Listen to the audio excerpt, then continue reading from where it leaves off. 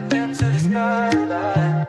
Couple lights on, cameras roll, time to break the mold. No more silence, every story's gotta be told. Truth in the air, no filter, no disguise. Real talk, real change, we open up your eyes. We got the voices that are changing the game. Fearless, unchained, calling our names. From the struggles to the rise, we expose, we ignite. No topic too deep when you step in the light. We got the answers, spotlight, let your truth be heard. Unfiltered conversations, every thought, every word. We challenge, we question, we dive in the deep, breaking the silence. No secrets we keep.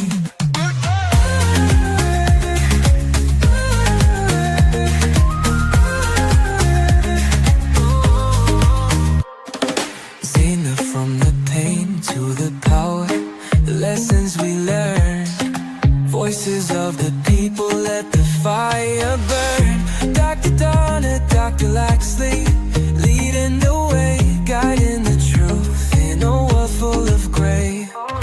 Experts, activists, voices untold. Everyday heroes with stories so bold. This is more than a show, it's a movement, a spark, illuminating shadows, bringing light to the dark. We got the voices that are changing, be heard. Unfiltered conversations, every thought, every word. We challenge, we question, we dive in the deep, breaking the silence. No secrets we keep.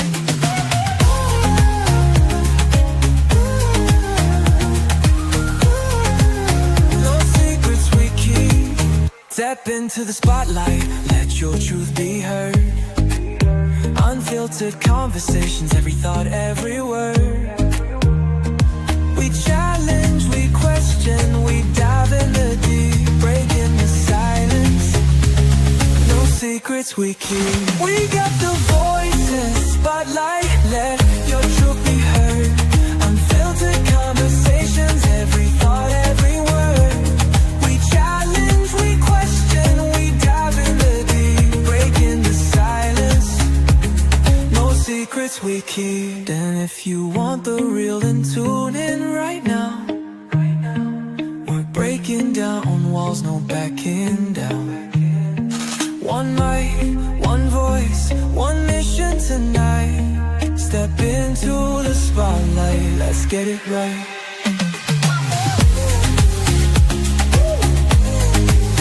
Let's get it right. Head to the spotlight. Let's get it right. What do?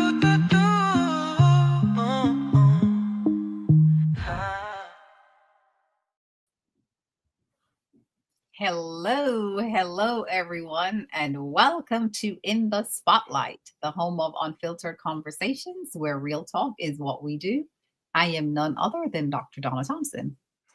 I am Dr. Laxley Stephenson, and together we are your moderators. Yes, your fierce moderators. Oh, I left that off? Yes. Fierce? Mm-hmm. I don't know. I think you're the fierce one. Oh, we're both fierce. How about that? Okay, I'll accept it. I'm going to be. Let's be fierce tonight, at least, because what we have to talk about needs to be said boldly. Mm-hmm. What we need to talk about tonight, because big things are happening around us, and we got to get with it, right? We can't sleep on it. Yeah. We don't have. Even if we want to sleep, we can't. I don't think we're not about sleeping. We're not about sleeping when we have work to do. And tonight we're in the spotlight. Another Thursday night. Amazing. Another Thursday night. March is almost over. Oh, yay. You know what? Yeah, you're right. Oh, my goodness. Yeah, March. Well, we just started. Wait a minute. We just started the year. In March. that's always popping up, right? We just started the year and time seem to be moving so fast. But I think we're moving fast. It's not time. Yeah, we're just busy. Yeah, we're clocking. We're clocking. And of course, we're not the only ones clocking, because I hear my friends, they say it all the time. Time is moving so fast.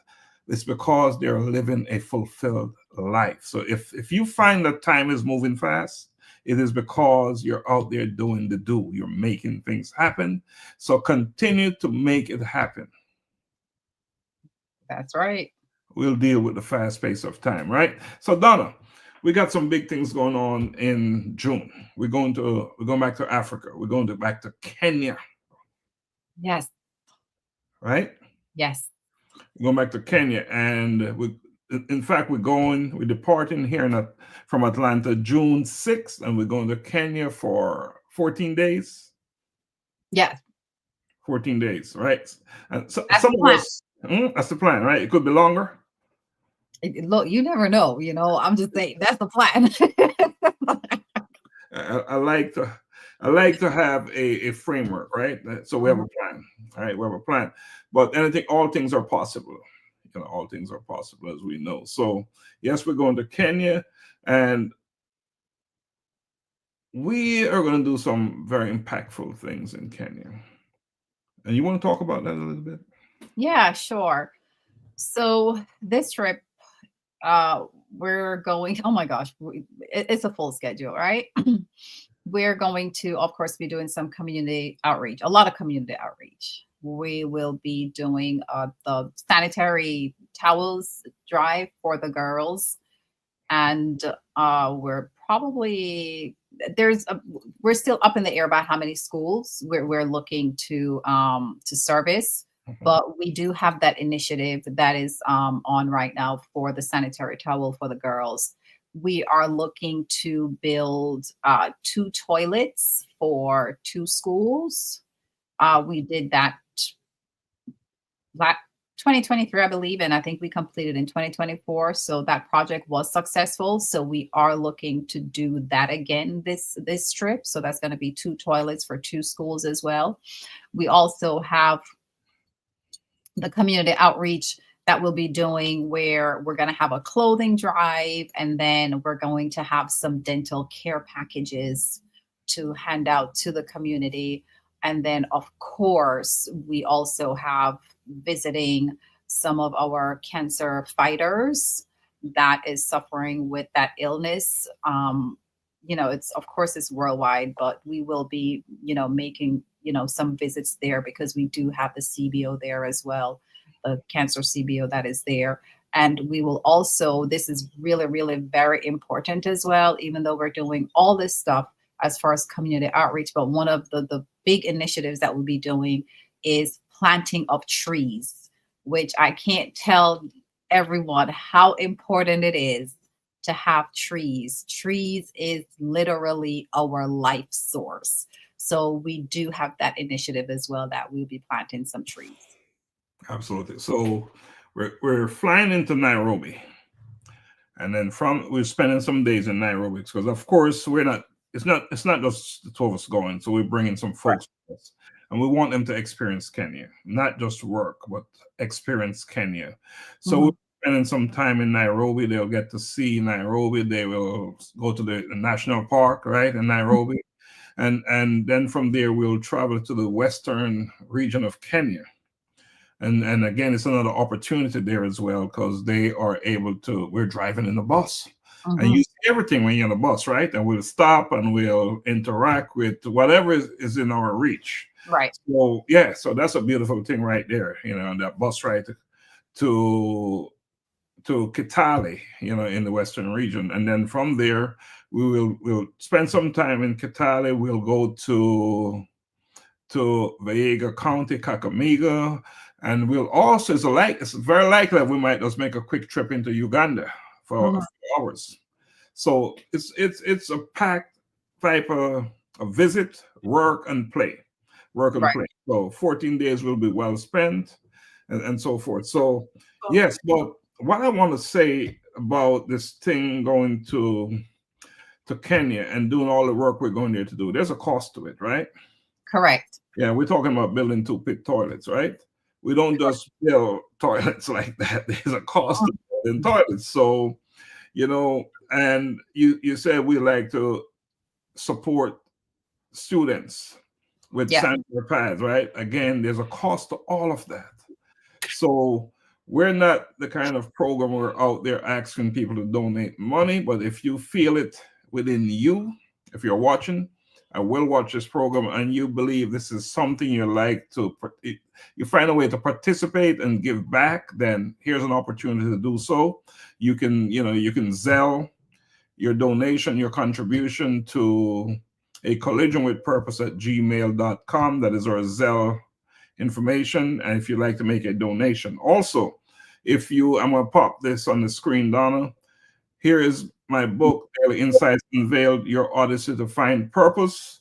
We're now running a special that if you purchase this book from our website, we will make a donation from the proceeds that we will use for the Kenya initiative. Do we have a name for that Kenya initiative, Donna? No, we really don't. Kenya Outreach. The Kenya Outreach. Right. We didn't like a specific name. It was just, Kenya Outreach. Correct. So I am posting the link to purchase the book. You buy a book from our website. We will make at least a $5 donation. And this is the thing right here. A Collision with Purpose 2025 Kenya Outreach. And it lays it all out for you, what we'll be doing in Kenya. So just wanted to pop that on the screen. And yes, there's a big comment here. They will be doing great things, a lot of community outreach, such as building 2 toilets. Yes, you got it right there. Perfect stuff there, Carissa. Thanks for adding that there. Yes, so we encourage you to support this initiative. It's a big deal. And Donna, you have seen it live. We've visited Kenya before, and we saw it firsthand what it's like to go to. Well, you went to one of those toilets. Oh, yeah. Why is it so important to have these toilets? Because you went to one of them. It was challenging for you, right? Yes. It was a bit challenging, but it is important because a lot of places in Kenya, a lot of homes and schools, they don't have the toilets like what we're accustomed to. They generally have pit toilets, right? And those last for a certain period of time. So after a number of years, then they're no longer usable, right? And then they have to start from scratch again. The conditions, honestly, they're not the best conditions. A lot of them, they're breaking down, they're in deplorable condition. As far as, sanitation, it's just really not the best.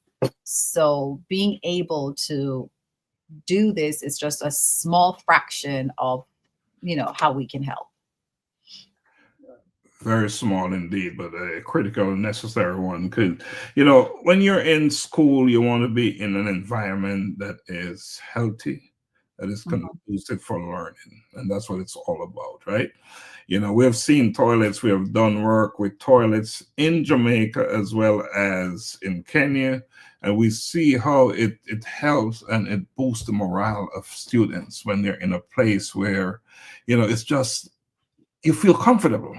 Yes. Doing something that you have no choice, must do. So imagine if you don't want to go in there because it's, wow. Anyway, we'll leave it alone.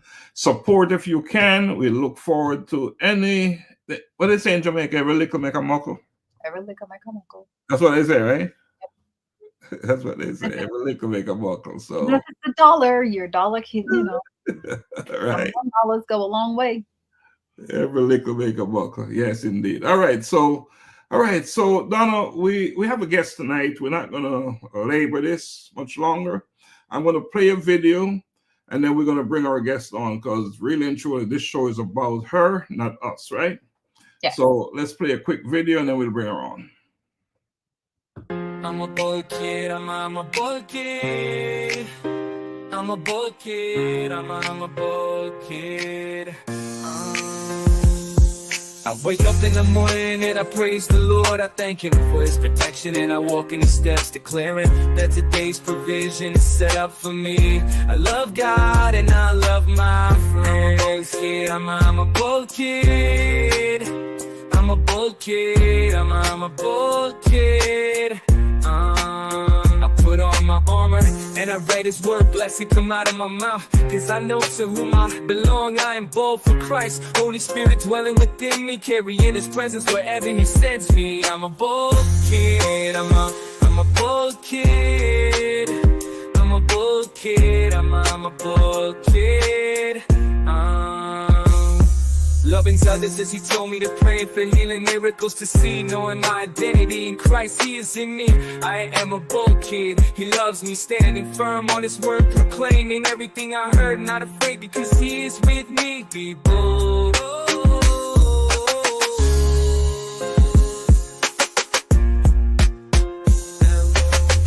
I'm a bold kid, I'm a bold kid, I'm a bold kid, I'm a bold kid. Put on my armor and I write His word, blessing come out of my mouth. Because I know to whom I belong. I am bold for Christ, Holy Spirit dwelling within me, carrying His presence wherever He sends me. I'm a bold kid. I'm a bold kid. I'm a bold kid. I'm a bold kid. Right, welcome back to In the Spotlight, as the none other than Dr. Donna L. Thompson will tell you, it's raw, it's real, and nothing is left on the table. So Donna, who do we have on tonight? All right. So we have none other than Miss Shanea Johnson. I hope I pronounced her first name correctly. She is actually from Morris Hall, a parish that is located in Jamaica, West Indies. We seem to be having a lot of Jamaican people here. She is actually, she's going to tell you all about herself, right? But she specializes in journalism. And currently, she's a senior communication and public relation officer and acting director of the corporate communication and public relations branch in Jamaica. She's also a certified mentor for children. And she works with, I'm going to tell you now, with her mentorship. I saw that here. She'll let us know all about it. But she's also a co-host of the podcast Empower Her to Succeed movement. Oh, yes. And yes, she is a mentor at the South Camp Juvenile Correctional and Remand Center. So I wanted to definitely mention that because that is very, very important to know that she's a mentor working with the children, the juvenile children. So that was very important. So without further ado, let's go ahead and have Miss Johnson on the screen. Drum roll. We have to get a real drum for real. Bring her on, bring her on. You did such an amazing job with the drum. Bring her on, the hand roll. Oh my goodness. How are you? Welcome, welcome. Thank you for having me. I am doing well, thank you. And I trust that you are doing well, Dr. Thompson and Dr. Stephenson. I am. Thank you. Awesome. You know, we're so grateful and thankful, right? We're here having this conversation with you. And big stuff right here. Big stuff. Yes, definitely. Big stuff. So you have all these big jobs. Mm-hmm. Oh my gosh. Before we talk about your big jobs, just tell us a little bit about yourself. Okay, so I describe myself to be a person who is passionate. I normally use 3 words to describe my character. I believe in honesty. I value respect. I value discipline as well. And I think because of those traits and those values, it helps in terms of what I do in terms of work, and I believe it also shapes my outlook on the world and society. Hmm. Yes. Can you rank them? Those three? Pardon? Can you rank those three? Which is Like, most? Which one is the top on rank them. Okay. For me, the most important one. How do I rank them? They're all important. It's like they're in the same line. Okay. But I definitely believe in honesty. That's the main thing for me, honesty. If you're honest, it brings about a certain level of discipline. So you won't, you'll hold yourself accountable, to always telling the truth, or try to always tell the truth. And respect would be second, then discipline, but discipline kind of linked to the honesty. I wanted to ask you that the Yeah. rank for a reason. Because we're living in a time, right, where we see political leaders of countries, not just one country, but all over the place, that they're so blatant with telling Yes. the truth, right? Yes, definitely. They just put it out there, and it's everywhere. It's happening everywhere. It's like Yeah. a way of life now. So I'm sort of trying to understand how you reconcile that with your beliefs and how you're driven by those things.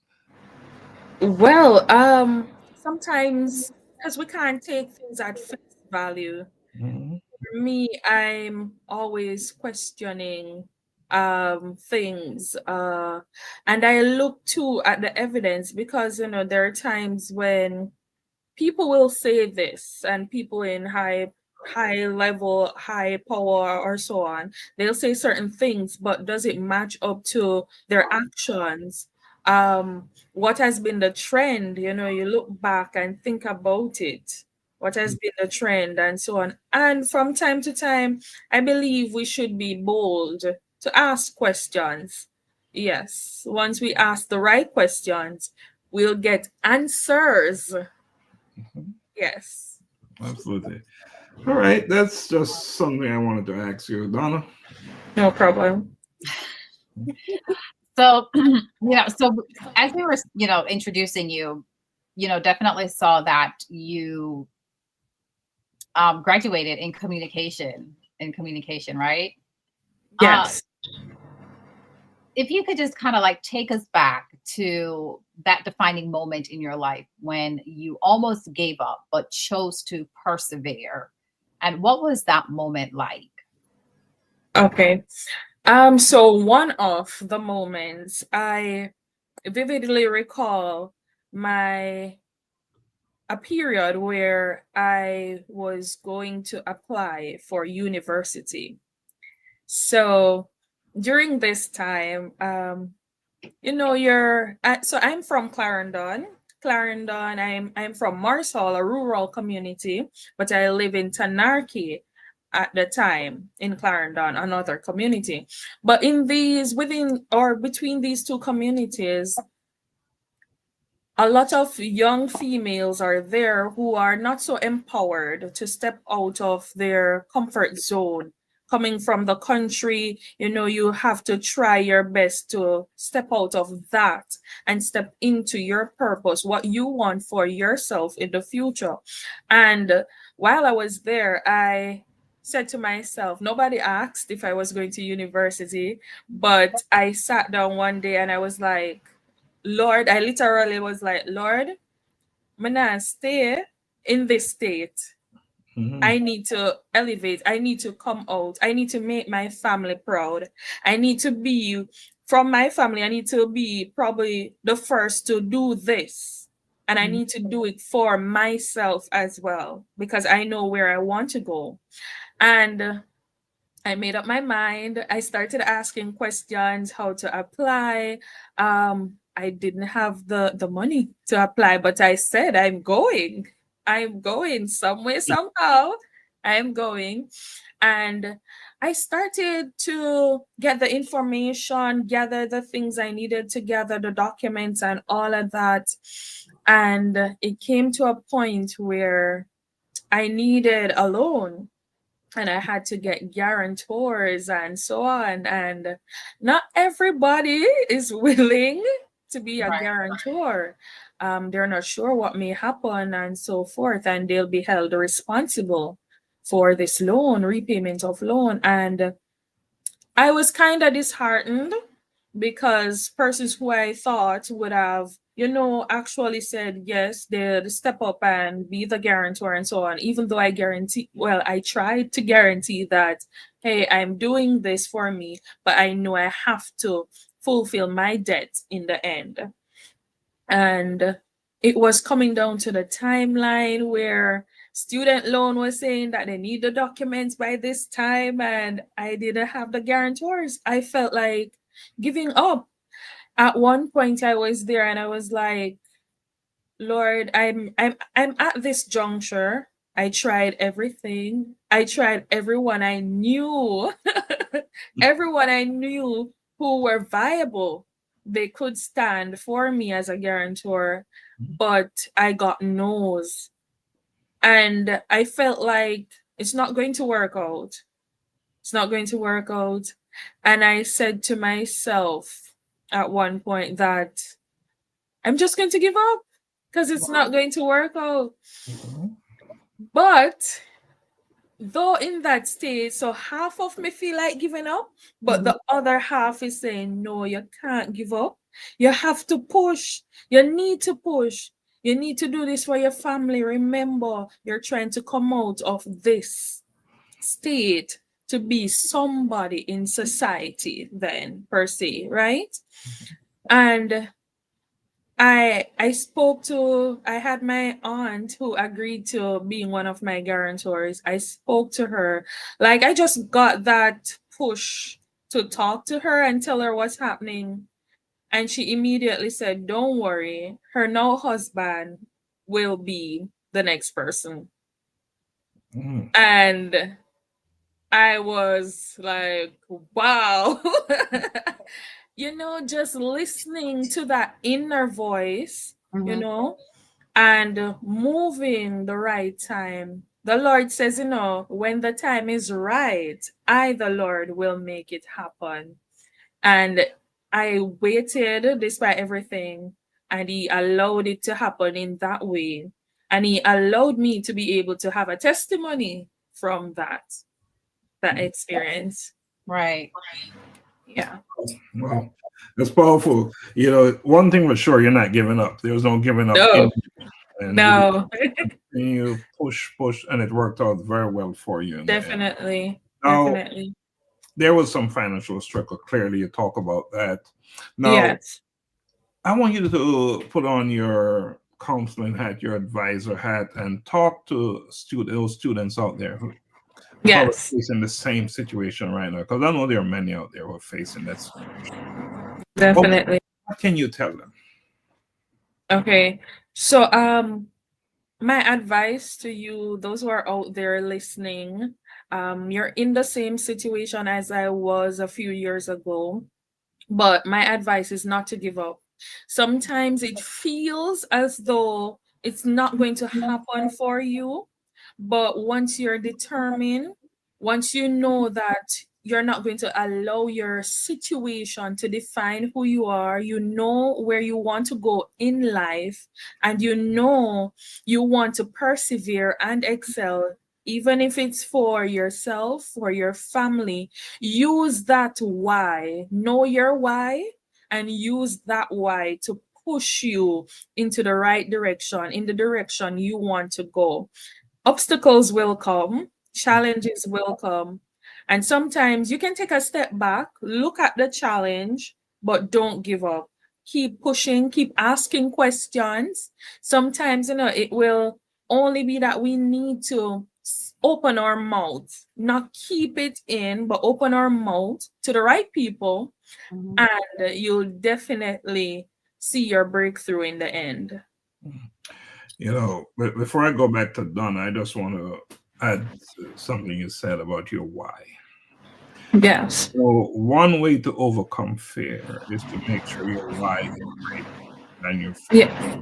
Yes. And once that is the case, you'll be amazed what you can achieve and how bold you become and confident you become. Once that Definitely. powerful. That's why, if you're listening to us and you just heard what John said, the why is the key. Yes. Focus on your why, and you will move mountains. All right, Donna, I'm moving to you. Okay, so we know that you're in, the Ministry of National Security, right? Yes. Share with us one of your biggest takeaways from working in that sector of Ministry of National Security. That's a big place to be. It is a big place to be because, well, it's the ministry that's responsible for safety and security of its citizens, right? And it's a policy-based ministry. So policies are created, legislations are reviewed, and we have to allow them to be in alignment with our mandate and what the country is facing and what we need to get done for our citizens to feel safe and secure. A lot. I've learned a lot. I'm still learning a lot. But one of my takeaways is that in an environment as that one, it's a competitive environment, a demanding environment. But one of my takeaway is to persevere, to remain resilient, because there are times when you put in the work, you're trying to do the work to ensure that your country is better in terms of crime and violence being down. It's down so far, but you keep putting in the work, but people are still saying that they're not feeling safe. And what is the government doing? The government is doing. Yes, we're doing a lot, right? But my big takeaway is to remain resilient, because if we listen to persons who say that we're not doing anything, we give up. We don't continue to put in the work. And for us in my area, we have to communicate, right, on the daily what we're doing and to showcase what the ministry is doing to better the safety and security of its people.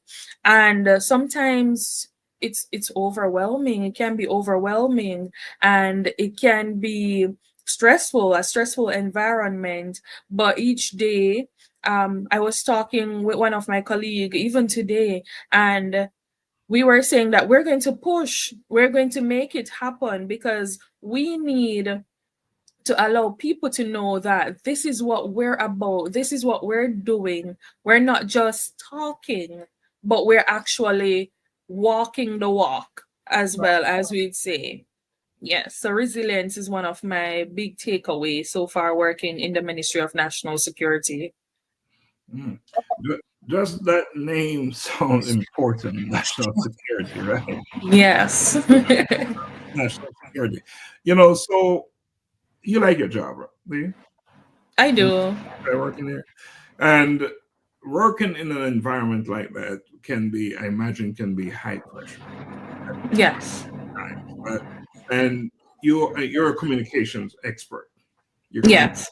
So can you share an experience where your communication skills made a significant impact, whether in a crisis management or in shaping the perception of the public? And you talk about the perception of the public earlier.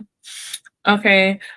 So I'm going to share where we had a request from someone up top, high up top, right? And we wanted to get some information out and so on. A lot was happening. And we needed to get the information out on time to ensure that the public is aware of what is happening, not to become chaotic and and to be frightened and so forth. And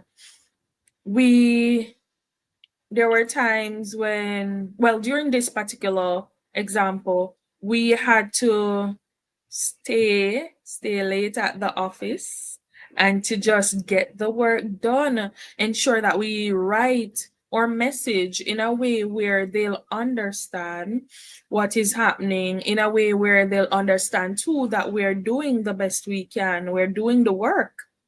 And we've gotten that story out, and the feedback that we've gotten from that particular story, I won't mention the exact story, but the feedback that we've gotten was positive, because people were now aware that they don't need to be frantic.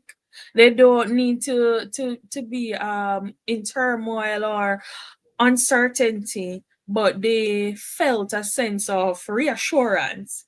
And that's what we have to do on a daily as communicators in Ministry of National Security, to ensure that people have information. Because when people don't have information, they'll act on their impulse and they'll act on what they believe is happening.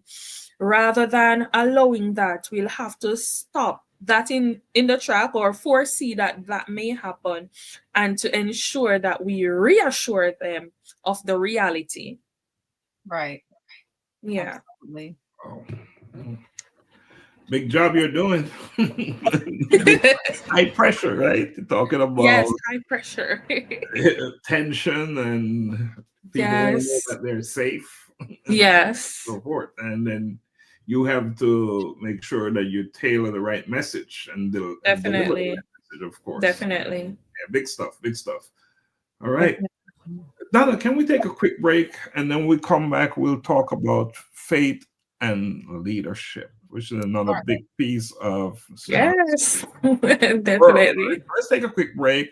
And Ms. Johnson, I'm going to play a video on the break, and I want you to just check it out, all right? Because we'll Definitely. talk about it as well. Sure thing. Caught in the web of what they said, lost in the expectations, living in hesitation. I walked in other shadows. Deep inside a fire burned, a whisper turned to a roar. I am liberated from walking in other shadows. I walk in my authentic self, breaking chains within. From the shadows to the light, a new life begins, shining so bright. Society tries to mold you into someone you couldn't be, fighting through the darkness to find the real me. No longer bound by others' rules, let your spirit soar. With every step you take, you are stronger than before. I am liberated from walking in other shadows. I walk in my authentic self, breaking chains within. From the shadows to the light, a new life begins, shining so bright. Breaking away from the shadows within, I rise up and shine from deep within. Beacon of light, I'll always be, living in truth, walking in victory. I am free, yes I am free. From the shadows to the light, I am free, walking in my truth, forever free, living in victory, shining brightly. I am liberated from walking in other shadows. I walk in my authentic self, breaking chains within.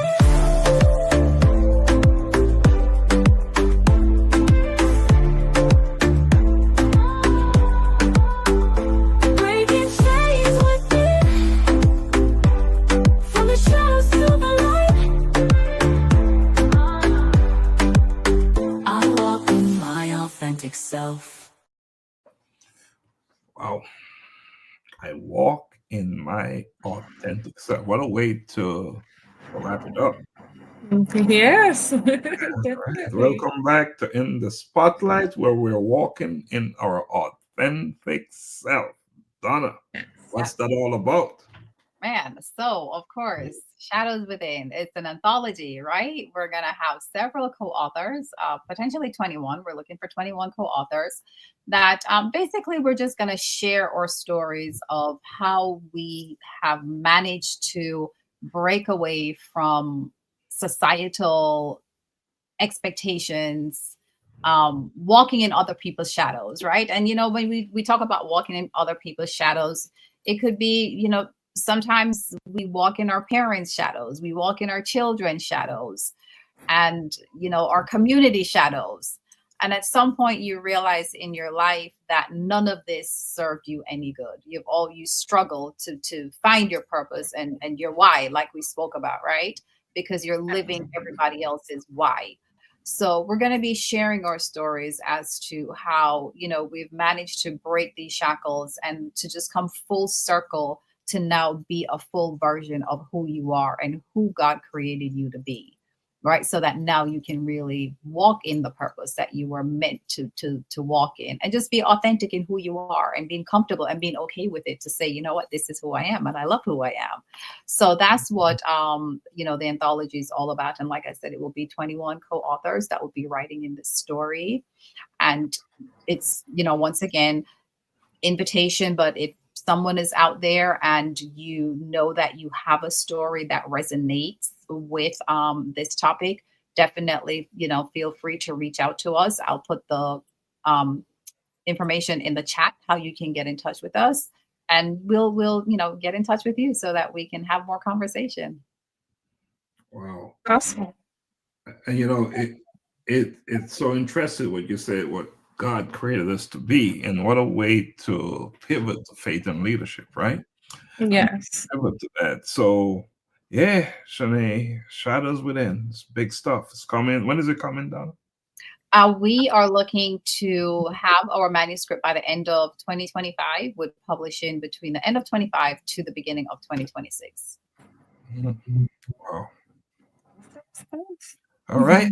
And this is not just for women or for men, it's for all of us. All of us. Because I dare say, those of us who are still walking in shadows, in the shadows of others, or done it before, we still have some work to do with that. So, hey, I think this is for all of us, for everyone. So get out of those shadows, walk in your own shoes, right? That's what it's about. So anyway, so we're talking about faith and leadership, and we're having our conversation in the spotlight with Shanea. Did I get your name right? Shanea. Yes. Yes, you did. That's what's up. All right. So Shanea, you mentioned in your bio that accepting Jesus Christ as your Lord and Savior, one of the most significant moments of your life. How did you get to that decision, and how did it change your outlook on life, your career, and leadership? Okay. So when I decided to accept Jesus as my Lord and Savior, I actually started at a very tender age. I was in about grade 4. Yes, I was around 9, 10 years old. But there was something significant about that, about me and accepting Jesus, in that I understood at that age what it meant to accept Jesus, what I wanted to do in my life, the path I wanted to walk on. And I decided at that age, I'm going to do this. I'm going to do this. At that time, I was living with my grand aunt who raised me. In part, she raised me. And I told her one day that, I'm ready. I'm ready to accept Jesus. And I've been walking that walk ever since. So, yes. So, after looking back, experiencing life, many facets of life, the ups and the downs, the happy days, the bad days, the rainy days, and the sunshiny days, I realized that having accepted Jesus, there were things that would have happened in my life that I'm proud of how I responded in that, you know, it would take God, as Jamaicans would take God in a me, you know, to not respond in a particular way. And I remember particularly, you know, having conversations even during my friendships that I had, certain friendships that I thought I had, you know, having conversations leading to a few disagreements, but stepping back, looking at the situation, realizing that it's not worth arguing about, it's not worth, you know, being that person, then that unkind person. And I would have sat down from time to time. I still do sometimes, but I would have asked myself, what would Jesus do in this situation? I used to practice that like a lot. What would Jesus do in that situation? How would he have responded? Am I responding like how I think he would have responded? And there are honestly sometimes when I got angry, I snap, you know, and I would have come back to myself and really and truly analyze, you know, do some self examination and so forth. And where I needed to apologize, ask for forgiveness, I would have definitely gone to persons and asked for forgiveness, because there are times, you know, we are grown, we think we're grown and so grown, and we cannot apologize, we're never wrong, we cannot take the blame, because we're, especially at work, we're in certain positions, we cannot take the blame, and we're not supposed to, or we think we're not supposed to apologize and so on. And I've seen where I've grown based on my faith in this area where I would have sat down and said, you know, you're wrong, Shani, could have done this better, you should have done this. But guess what? Despite what you've done, go and make it right with the person. And even though I'm in a higher position than some persons that I might have encountered while working together on a project or something, it didn't matter for me. It didn't matter the title, but it mattered that I would have gone to the person, spoken to them, reconcile, and our relationship was better, even better than before. You know, better than before. Donna, before you go, you know, she said she talked about walking in the shadows, right? And we just, Yes. you know, that's the right shadow to walk in, right? Yes. If you're gonna walk in any shadow, they end those. Yes, definitely. Let me give it back to you, Donna. So, you know, you're in such an important role in your professional life and also in your spiritual life, right? Yes. And I see, you know, you're a youth leader in several different areas of your life. What are some of the struggles you see that's affecting our youth today with societal pressures and all the other outside things that's happening with them? And how do you help them to navigate through some of those struggles? Okay. So, young people tend to have, especially those in the adolescent stage, they tend to have a lot of hormones and so on. And some of their struggle is that, you know, they may have sexual struggles and urges and so on, self-identity, knowing who they are, understanding who they are, understanding their purpose. And from time to time, we don't necessarily speak about these things on a one-on-one or as a group in church, because sometimes, especially if you grew up in the old time church, you know, you're supposed to remain safe and Holy Ghost filled, water baptized. Yes, but the reality is that young people have these struggles. And if we do leave them up to handling their feelings and their urges and, you know, the things that are happening in their mind, and we don't have somebody there to kind of help them to navigate how they're feeling and talking about their feelings, then they'll go on the wrong path. So as a youth leader, it takes a lot. It takes a lot to deal with young people. It takes Right. a lot of energy and effort to deal with young people. There were times I felt like I can't do this. I used to go to my pastor and say, Pastor, this year I'm giving up my position. It's a struggle. But each year I say, but I know I can't give it up, because I know I have the young people that I need to encourage. Right. And I know I have the young people who are depending on me to be there for them, because there are times they don't see anybody else they can feel comfortable enough to talk to or relay what they're going through, and people would understand it, especially some older people would understand it. So I know that I have to be there for them despite the struggles, and every year I'm giving it up.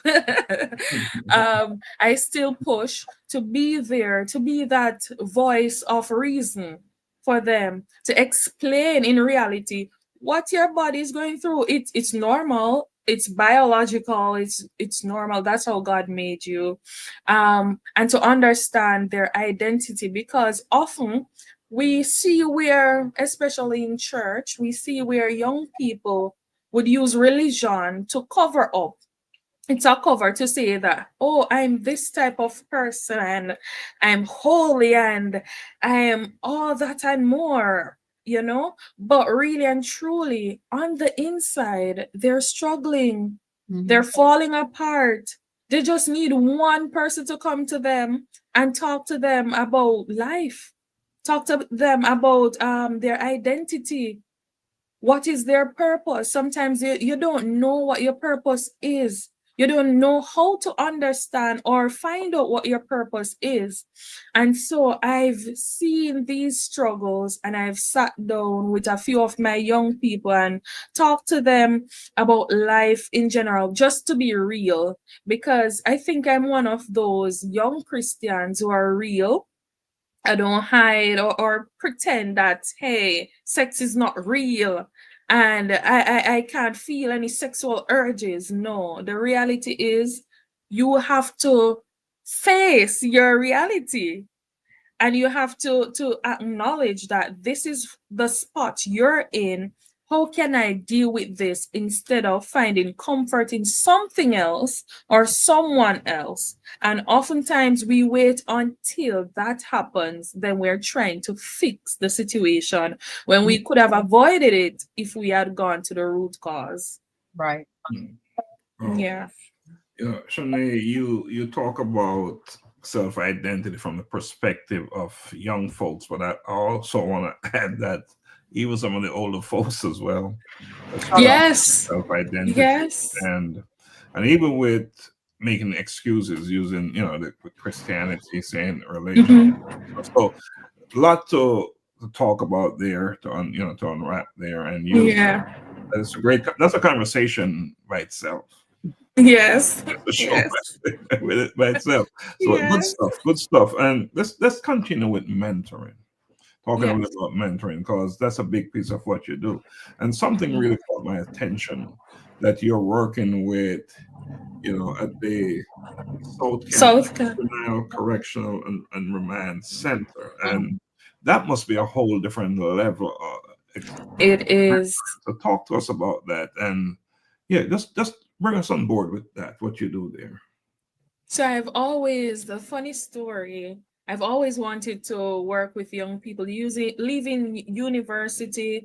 I mean, I've been a youth leader from as far as I can remember, and going through university, finishing, and I remember saying to God, I want to do some work with young people who are considered bad picnic, as Jamaicans would say. Yes, as Jamaicans would say, young people who some people have given up on. I want to do some work in that area. And it so happened that I got a call that they needed they have an internship and they needed someone to be an intern to Ministry of National Security in the offender management branch. Offender management deals with the kids that we have to interact with the Department of Correctional Services in order to deal with the children. And through that mentorship, that internship, there's a mentorship aspect to offender management, and that's how I started this mentorship journey. And I smiled when I started my mentorship journey, because there are times, as I said before, we see some kids, we don't understand why they respond the way they do. But after starting my mentorship with them, just listening to them, you know, kind of coming out of the glasses and the heels and all of that, but coming down to a level where they're at, meeting them at their level, and sitting and just rapping with them one evening to find out how they are, their interests, and so on. Then they found, I realized that they started getting comfortable and they were sharing with me some of the things that they have done and what had happened and so on. And I realized, I started thinking back that we Jamaicans, we love to say picnic bad. You know, children are bad, but they're not bad. Their reality is, this is how I'm in this situation, this is how I can respond to this situation. That's what they understand. And this is how best I see I can respond. So I'm going to respond this way because it's going to solve the problem. That's what they have here. But I realized that after mentoring for some time, they needed the right tools to respond to the problems that they have. It's the tools they don't have. That, yes, and what they have, they think is the right way to them. It's their right way to respond. And sometimes we notice, this is how mommy responds to me, daddy responds to me, so it is how I should respond. Right? So after, getting into the mentorship and talking to these children, I realized that they need someone to show them, show them the right way, give them the tool how they can react to respond, simple things. And the mentorship journey has been quite, and it's interesting. It's transformational. I remember doing mentorship up to COVID time. Even during COVID, we had to break first, of course, and go online for them to get onto the online sessions and set that up and all of that. And I remember before leaving, before COVID came and so forth, and if something would have happened and I don't go to my mentorship session, the young ladies would have asked their case manager what happened. Why Shanea isn't here today? They need to see Shanea next week. Today didn't work, but next week they need to see Shanea.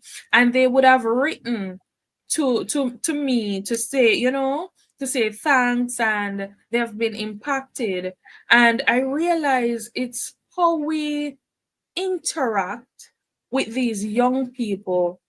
If we understand their situation, then we'll be able to help solve their issues, or some of their issues that we can really solve. And that's what I've been doing. I'm still doing mentorship. I'm realigning my focus as well, because there are certain things that I had to do and so forth, but realigning, redirecting. And I know that the mentorship program, I can safely say that the mentorship program has been working based on what the children are saying and based on what testimonies I've heard, the children leaving the centers, and having testimonies to share because they've been impacted positively, not just by me, but other mentors, and they want this for others, for their peers, and they want more of this for children in situations like what they've had before. Wow.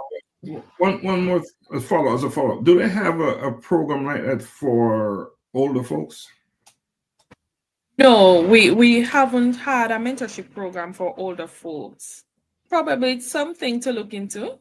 Well, they have their parents, right? And yes, and these kids, based on what you're saying, they learn some of these behaviors from observing parents. Yes. So I'm thinking that, it would probably be some help. What I do know is that we have, from a crime prevention perspective, we have gone into the streets to talk to parents about their parenting.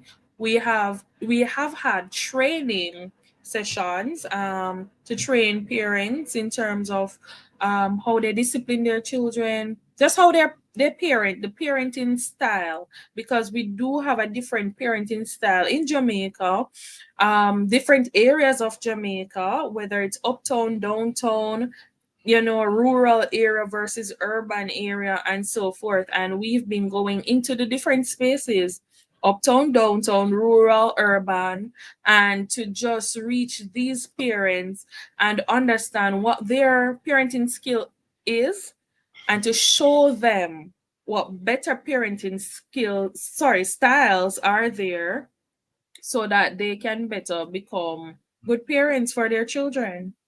And just let me add one more thing, and I think this is important, that parenting is not specific to any age group these days. Yes. So we have young people, very young people having children. They're not parents. So more reason why this needs to be across the board. Mentoring must be across the board. Definitely. Yeah, I think. Donna? Yeah, I mean, wow, absolutely. It's interesting that you just said that within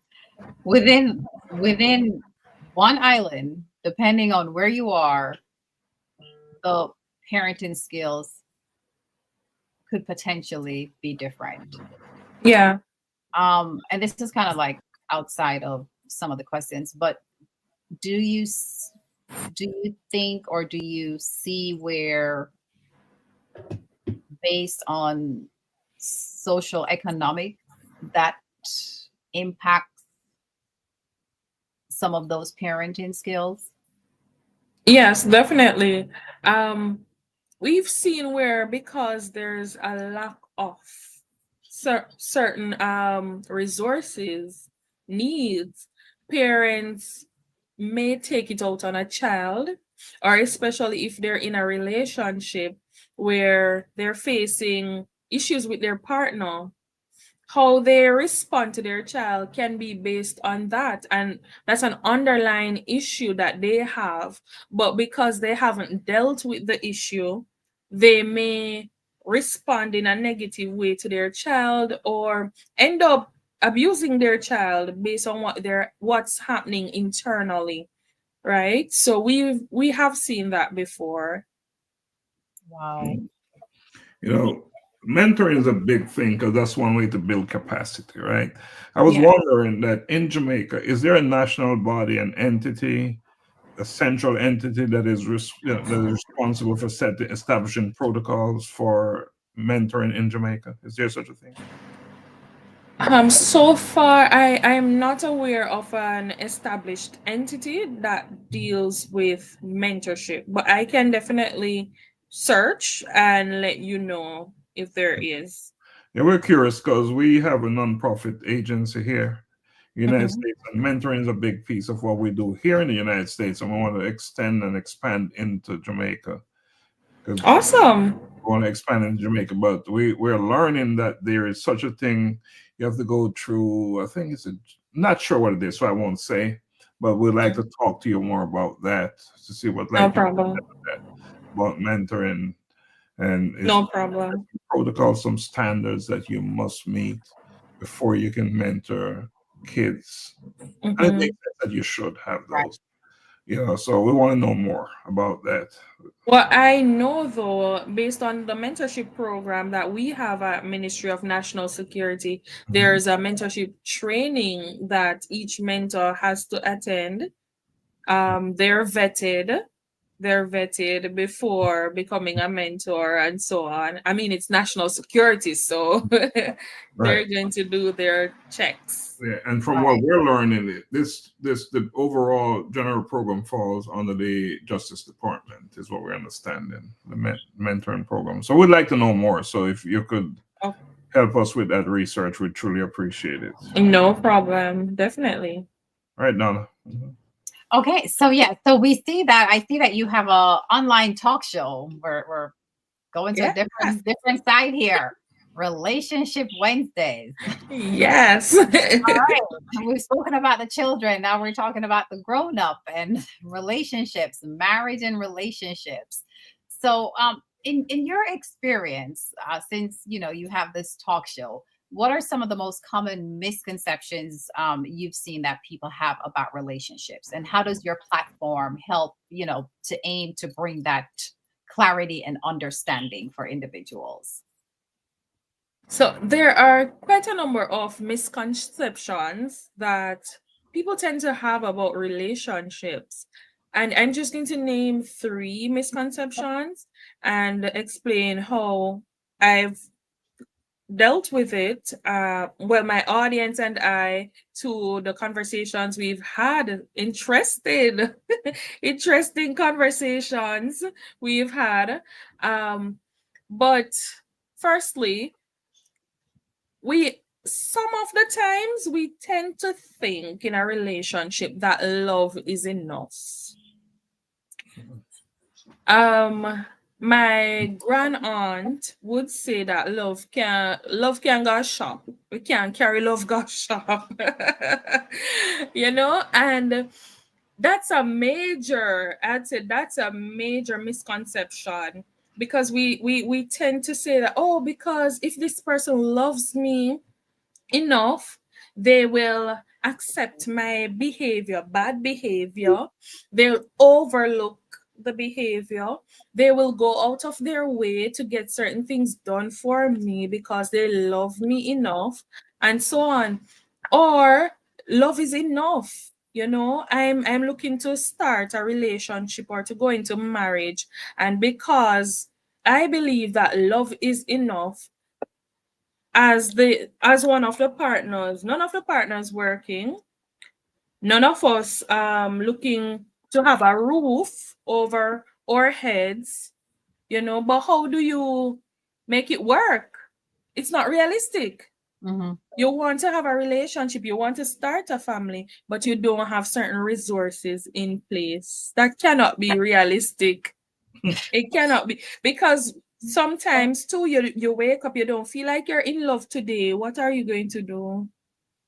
What are you going to do? Are you going to leave the relationship because you don't feel like you're in love?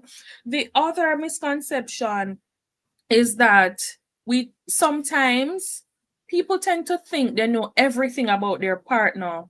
But I always say to my audience, you don't know everything about your partner.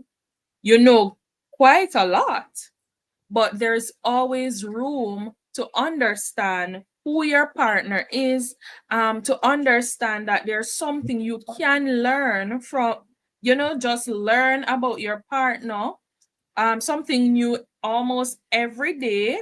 If you open your eyes, if you listen, there's always something you can learn about your partner. And there are times when we say it, but we don't necessarily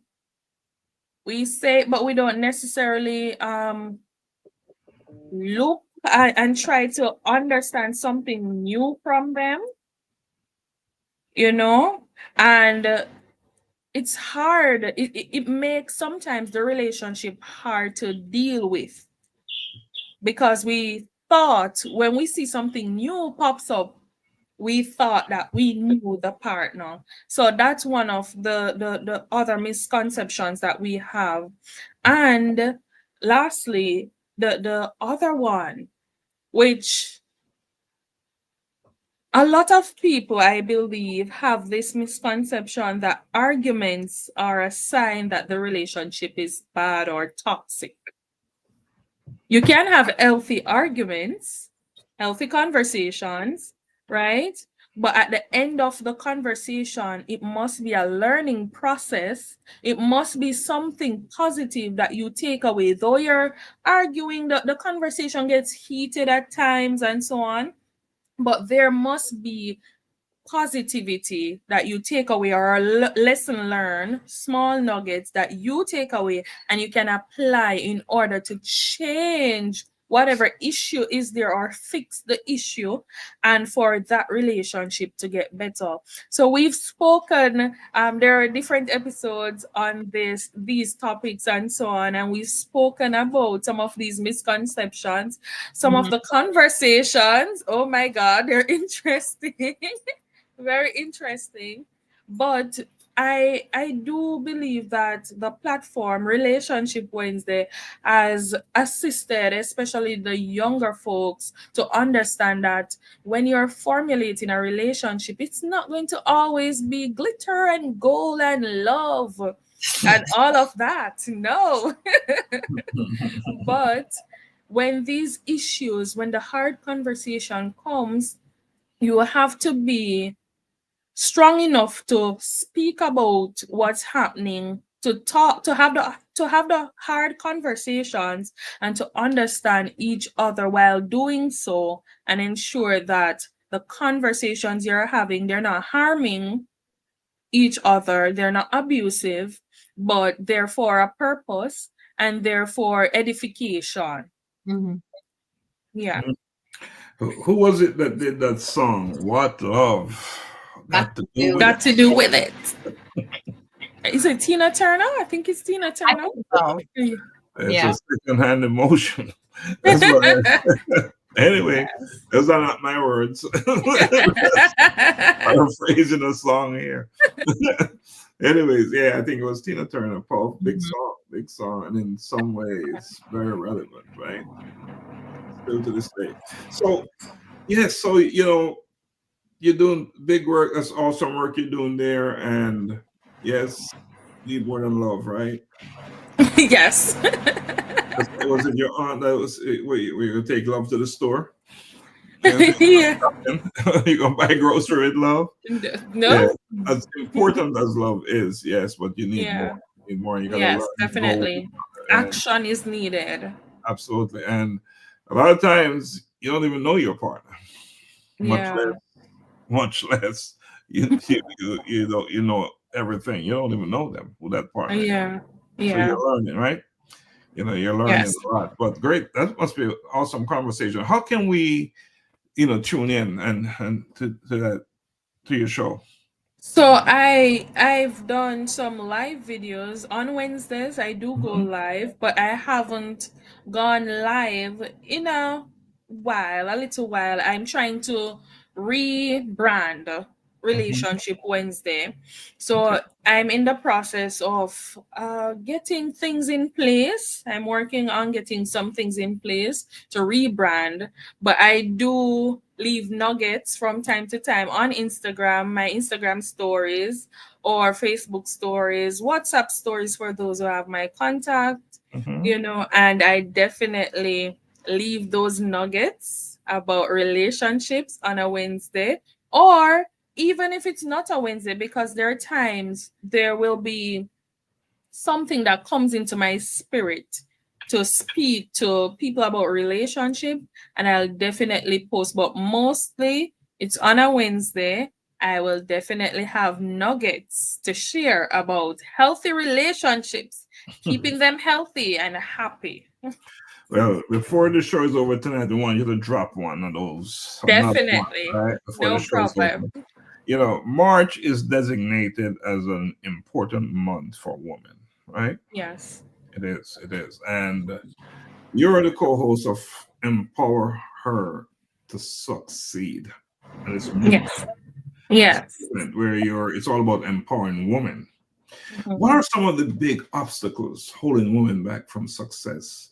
And how do you hope that your show Empower Her to Succeed will address some of those challenges? Okay. So some of the challenges I believe that are holding back women from succeeding.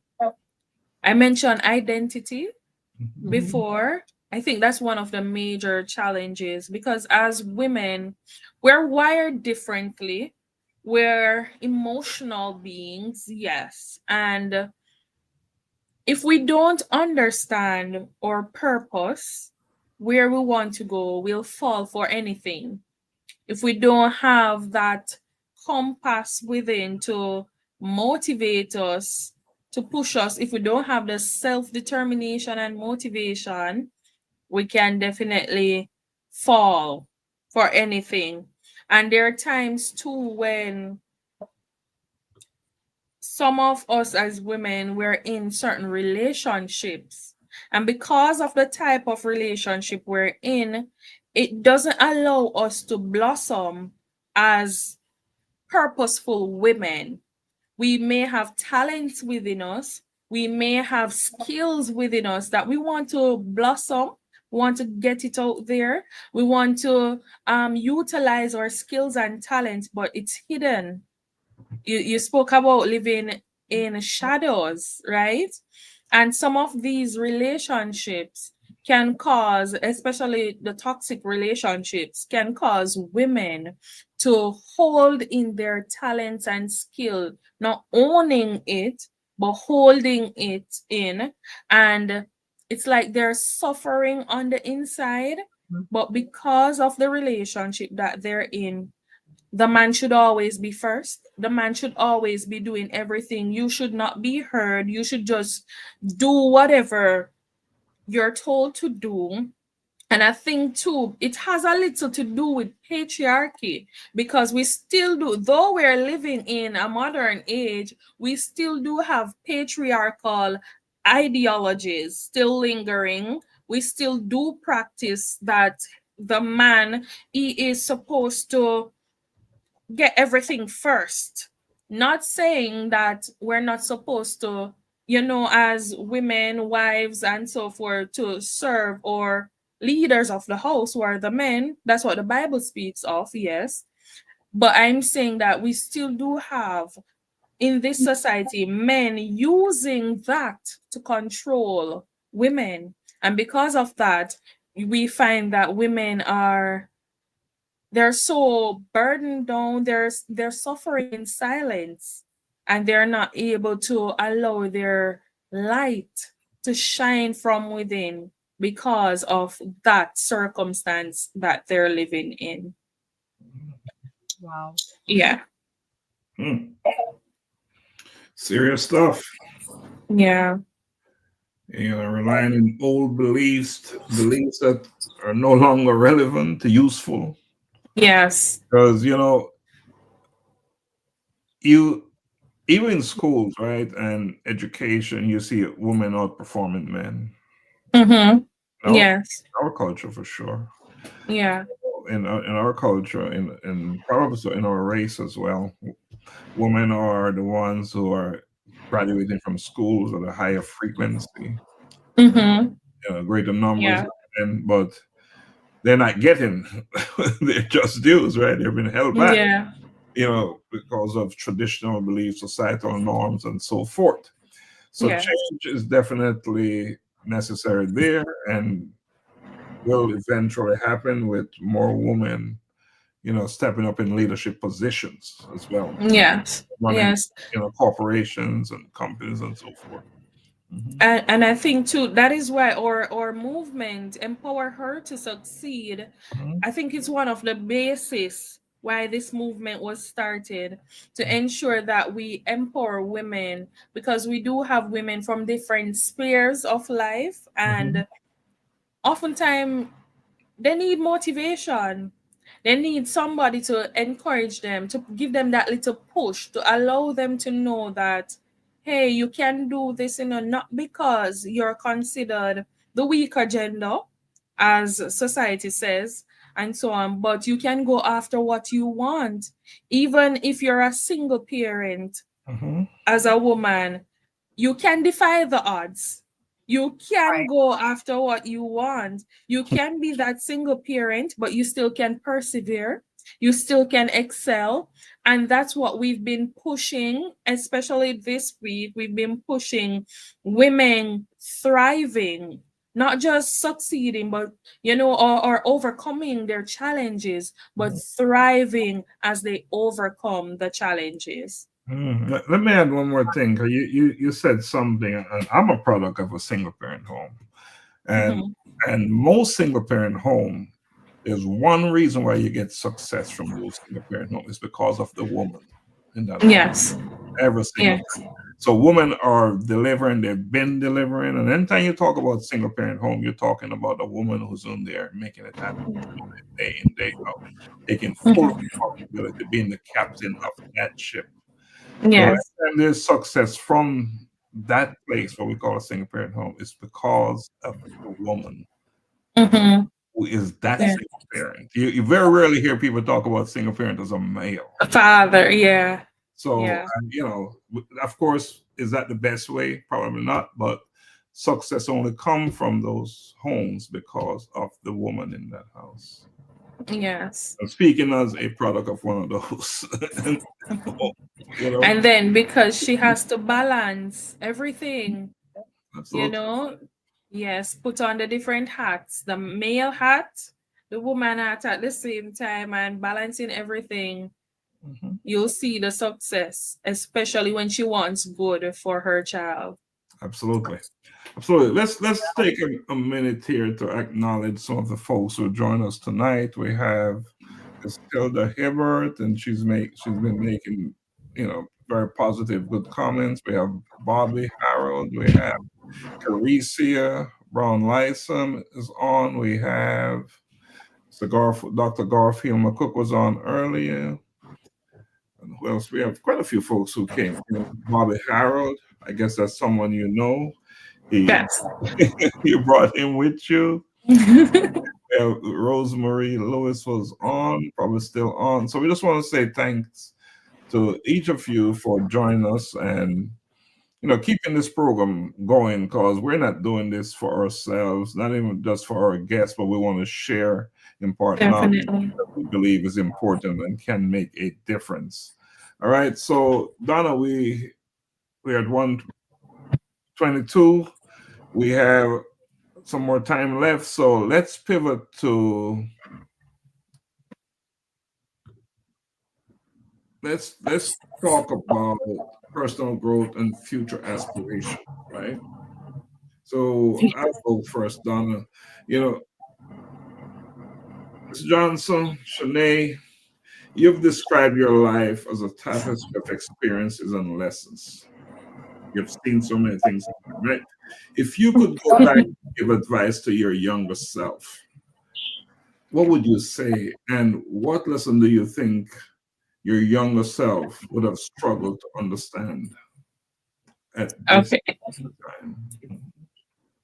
So if I could go back, if I could go back, I think, to be honest, I think I would tell my younger self that how I view the working world is really different. It's really different from what I have in my head, or what I had in my head. Because from a young age, I had this thing. Probably I watched too much movies, but I had I had this thing in my head where I thought that going in the working world, you do your work, you get pay, bonuses if you're entitled to bonuses and so on. But if you come upon an issue, you would have this roundtable talk to sit and discuss the issue, find the solution, and get it done. That's what I had. But it's not so. It is not so. Oftentimes, there are times, sadly, there are times when you may make mistake, younger self, you make mistake, but it is not the response you're looking for is not what you get. And it can be brutal. It can be brutal where your spirit may be crushed by what is being said and how it's being said.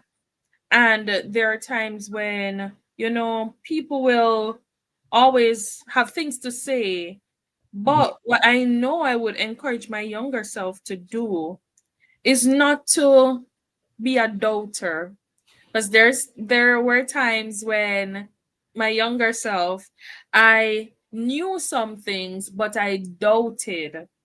I had a lot of doubt, and because of that, I was a little afraid to come out of my shell and to talk what I knew, because I feared what people may say, or they might not understand where I'm coming from and so on. And I've learned, younger self, I've learned so much, and I've grown, grown and blossomed. But I would have told my younger self, in spite of, to still persevere, to still push amidst the odds, the adversities, and your hard work one day will pay off. Right. That's what I would tell my younger self. Great advice for yourself. I've learned. I've learned. And by the way, great advice to other folks out there listening. Definitely, definitely. Right. So speaking about adversities, right? We've seen that, you've had to overcome a lot of adversities, but even with that, you've also had great success. Yes. Multiple areas of your life. But ultimately, what would you like your legacy to be? What legacy would you like to leave behind, both in your personal and your professional life? Okay, so I've sat down and thought about my legacy for some time and my purpose. And I realized that I believe it is a calling in dealing with relationships, in mentoring, yes, relationships and mentoring. I've started relationship advising from I was small. I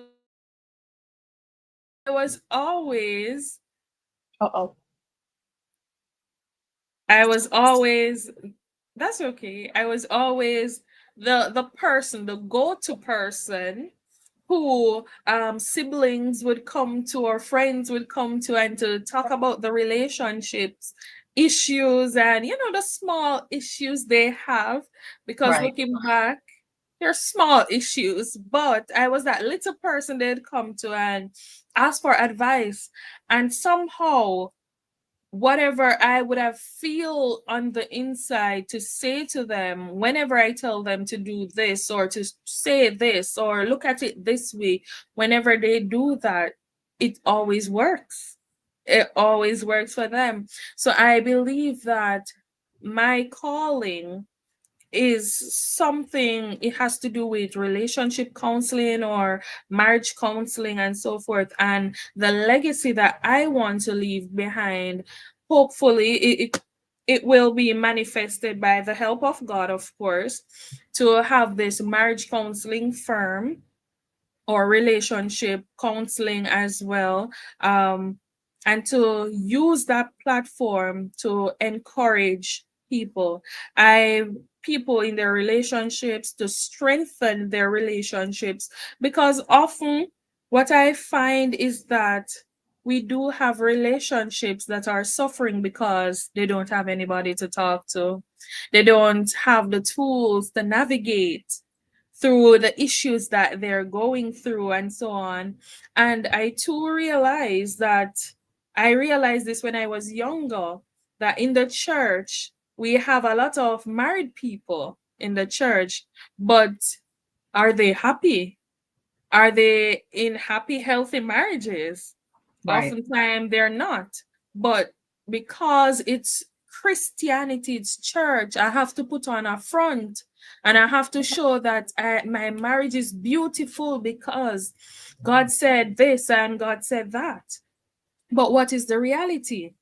And I would often, even in church, I would often talk to people about their relationships, how you can fix this, how you can do this, and so on. And I realized that that's what I need to do. I believe it is a calling for me to help people to adjust or to help them along the way of life to live healthy and happy lives, because I do believe that God created marriages and relationships for the betterment of the people, for happiness, for child rearing, yes, but for happiness to be enjoyed in every aspect of the sense of a relationship.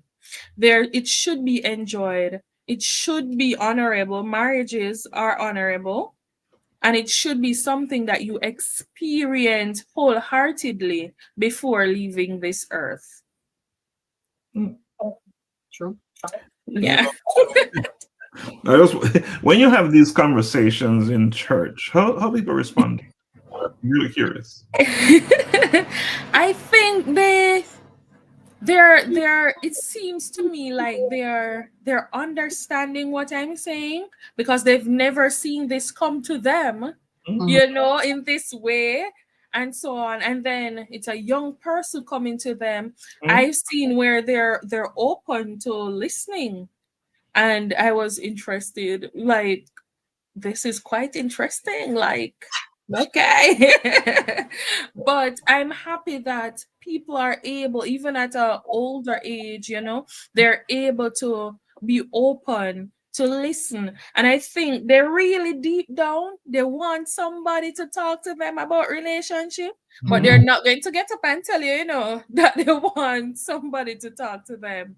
So Right. I use the opportunity whenever I get it to speak to them from time to time. Awesome. That's powerful. Yes. Right. That's big. That's big. Let's change things up a little bit as we're getting ready to close out, right? We have Yeah. what we call the quick fire round. We're going to Yes. toss some questions out there, 3 questions for that matter. And let me begin by saying, if you could have a one-on-one conversation with any historical or influential person, past or present, right? Who would it be and why?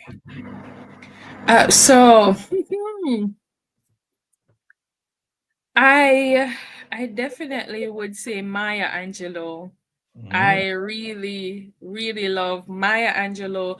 She's a beautiful soul, I would say, based on what I've seen and heard, her stories and so forth. And reason why I would have a one-on-one with Maya is because of how she has impacted the Black female community and what gave her that drive.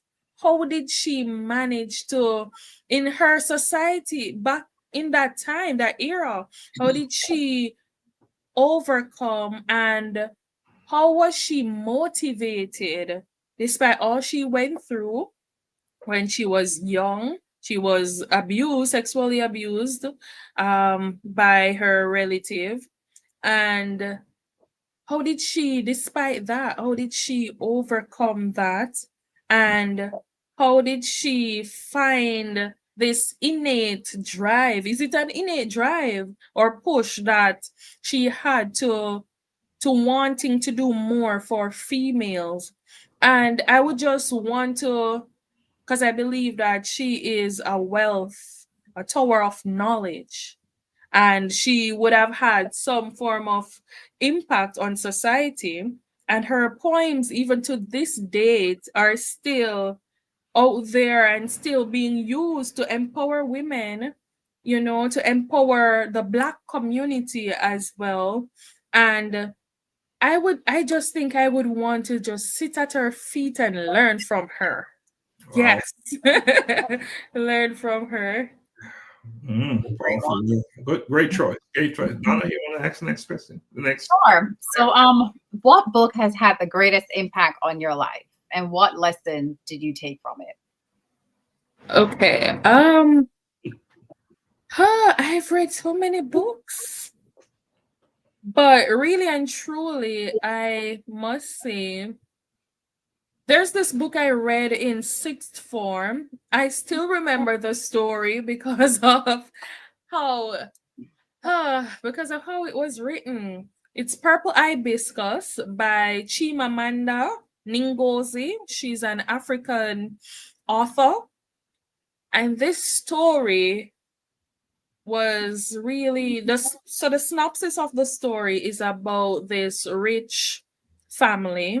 Papa and Mama, their kids, Kambili and Jaja, and they're rich, they're wealthy, and all of that. And their family is seen as one of the most influential in society. They go to church, they're Roman Catholic, they go to church, and everything looks nice and dandy. But Papa, he is the authoritarian, right? The leader for the family, but authoritarian. He dictates, or a dictator, because he dictates when they eat, when they sleep, when they wake, everything. But on the outside, he's seen as a different person. He gives away a lot of money. He makes the biggest donations. And at home, he abuses his family. Wow. Yes. And I believe Chimamanda was sharing her story, but it's a real life story, of what happened in Nigeria during that time, right? And you would not have believed that this person is almost seen as a god based on how it's written, but you wouldn't believe that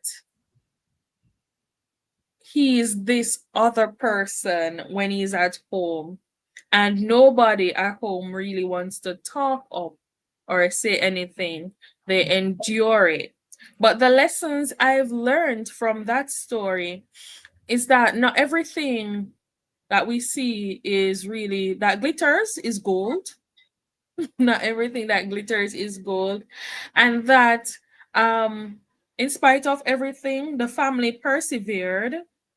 Not all seasons last, because at the end of it, I guess because Mama was fed up, she was tired of the miscarriages, because he would have beaten her and she would have lost the babies, and she wasn't talking about it, so everything built up on the inside and so on. But not everything lasted, because in the end, though Papa died, the season ended and the family started to live. So there are times when we do have some things in our life. It doesn't have to be a person, but things in our life that we hold on to. We don't talk about it. It's hurting us really. It's hurting us within emotionally. Emotional damage is quite, I believe, is one of the most serious damages we can discuss, because it impacts your spirituality as well, right? And we sometimes are placed in situations where we hold on to the things that are hurting us and we don't let go. But when we choose to let go, or if we're forced to let go, that's when we really start to live.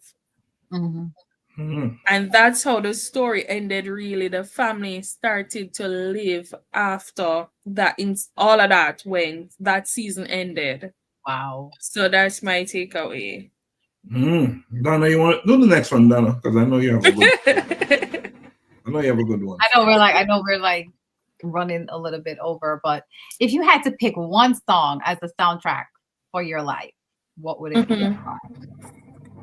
Woo. So I would definitely pick this song.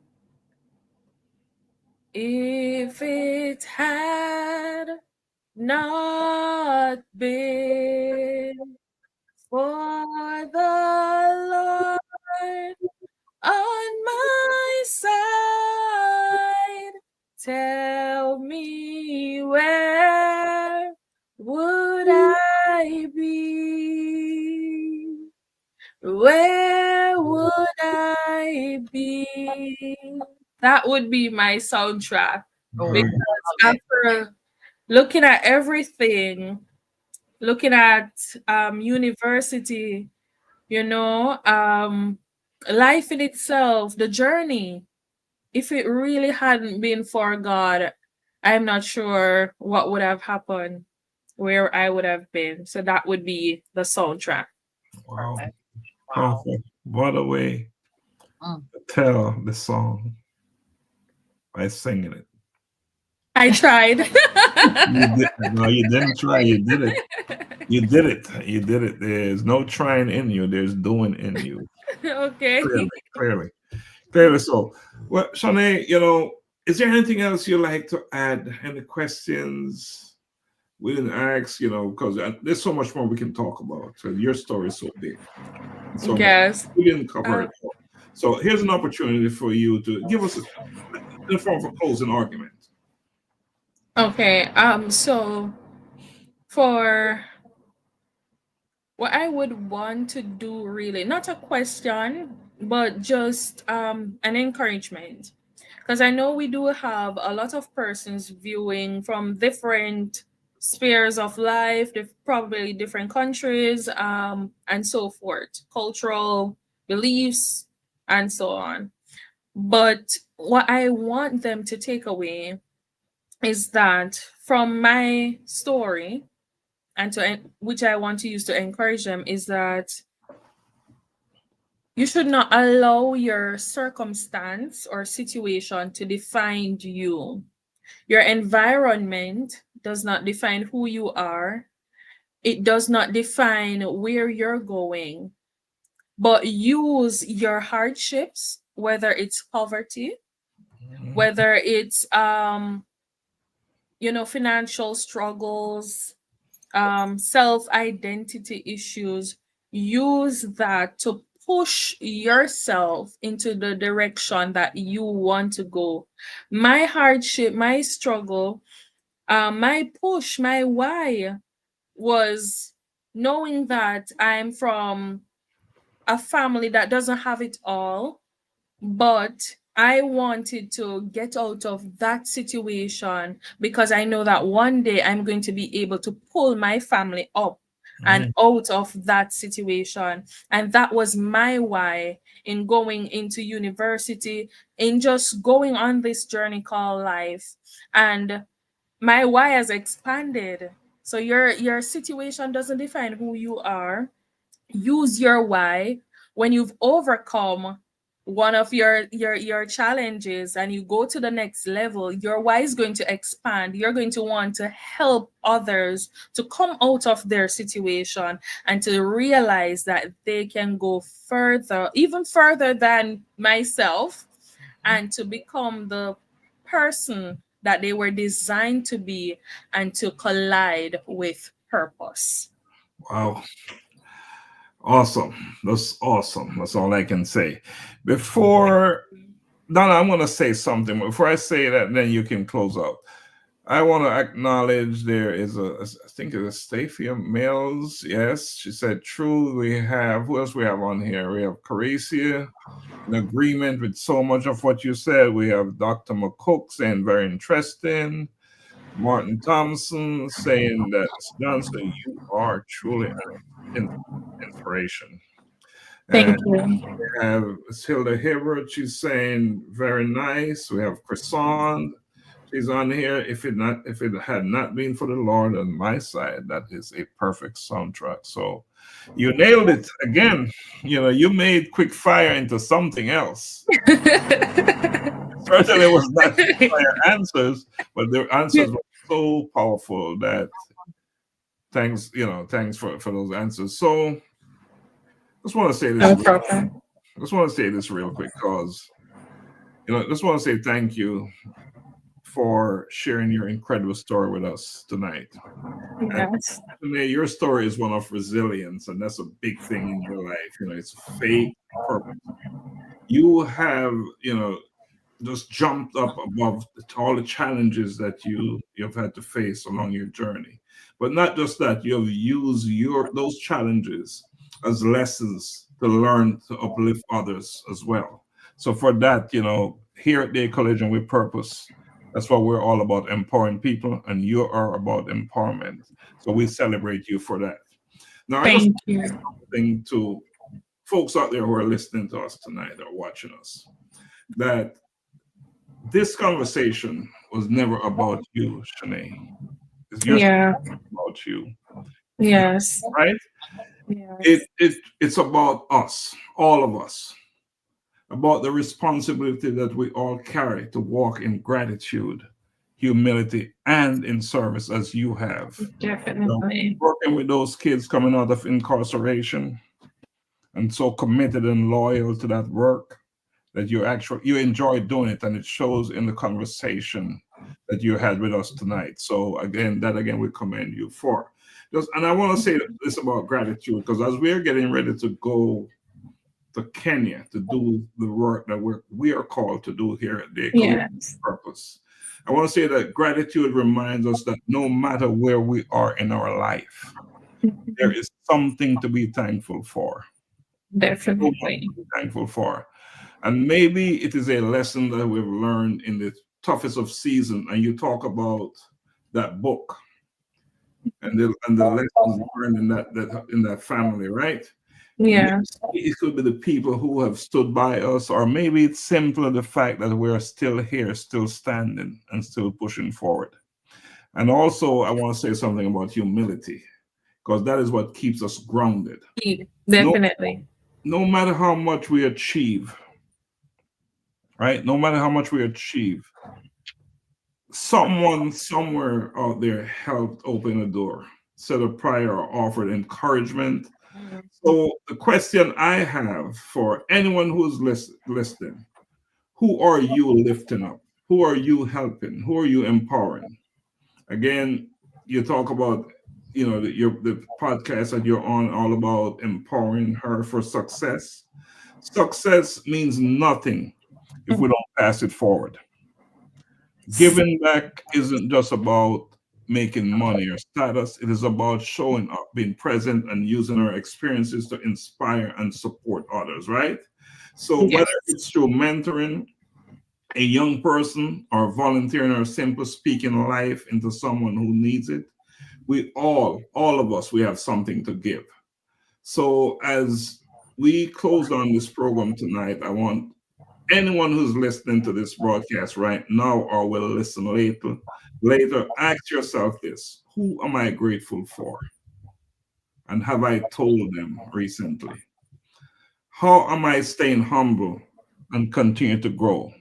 And what am I doing to give back and help someone else rise? Again, we're getting ready to go to Kenya at the Collision with Purpose. We have some friends who are coming with us, and it's all about giving back. We're not going there because we want to go to Kenya necessarily. We're going there because we're called to go to Kenya, and it's the work that is calling. We're going to do that. So in the end, the true measure of our success is not what we gain. There's so much for being a living example of that. All right. We appreciate you. Thank you for having me. All right. So I would like to say thank you for being here with us this evening, Shanea. We certainly appreciate it. You left us with a wealth of information, and I am sure that someone out there listening, it has definitely impacted them. Thank you for our listeners for joining us this Thursday evening. I know that we went over on time. Do apologize for that, but thanks for hanging out with us. We certainly appreciate it. And I will ask for everyone tomorrow, it's Friday, to go out and do an act of kindness for someone that you do not know, a perfect stranger. And with that, I am going to say have a wonderful rest of the evening and a safe weekend. Thank you for having